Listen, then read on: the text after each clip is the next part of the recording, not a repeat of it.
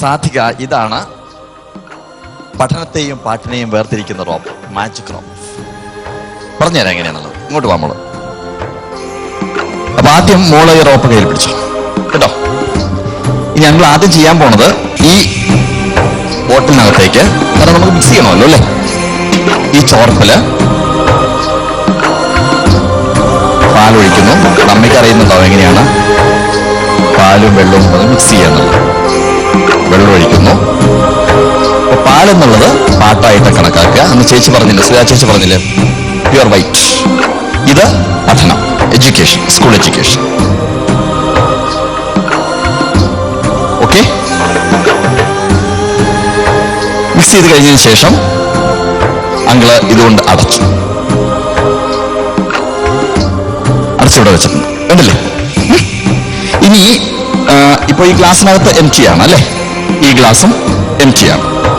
ഞങ്ങള് ഈ ഒരു പാത്രം കൊണ്ട് ഇതിനെ അടച്ചു വെച്ചു, ഈ ഒരു പാത്രം കൊണ്ട് ഇതിനെ അടച്ചു വെച്ചു.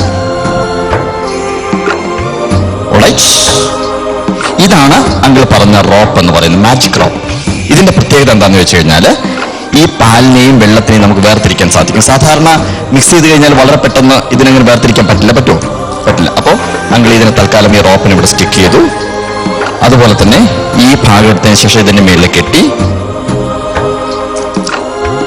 ഇതിനിവിടെ സ്റ്റിക്ക് ചെയ്തു. കണ്ടോ? ഇനി ഇവിടെയാണ് പാലിരിക്കുന്നത്, ഈ ബോട്ടിലിനകത്ത് അല്ലേ.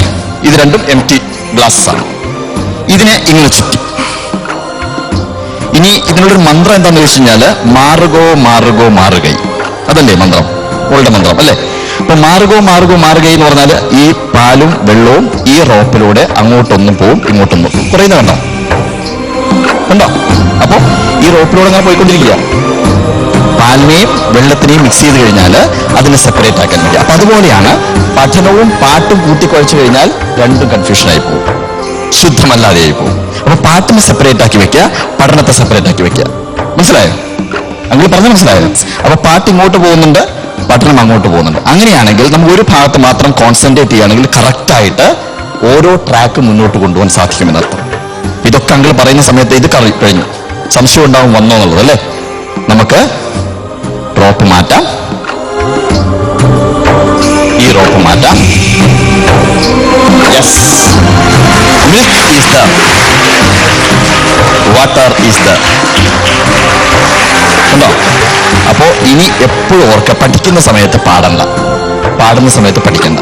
പാട്ടും പഠനവും രണ്ടും വേറെ വേറെ ആയിട്ട് നന്നായിട്ട് മുന്നോട്ട് കൊണ്ടുപോകും കേട്ടോ. അപ്പൊ ഇതതിനുള്ള റോപ്പ് നോക്ക്. റോപ്പായി, മാജിക് റോപ്പായി. മന്ത്രം അറിയാമല്ലോ, എന്താ? മാറുകോ മാറുകോ മാറുകൈ. All the best. സാധിക, അപ്പോ ഗോപിയേട്ടൻ പറഞ്ഞ പോലെ തന്നെ പാട്ടിലും കോൺസെൻട്രേറ്റ് ചെയ്യുക, അതോടെ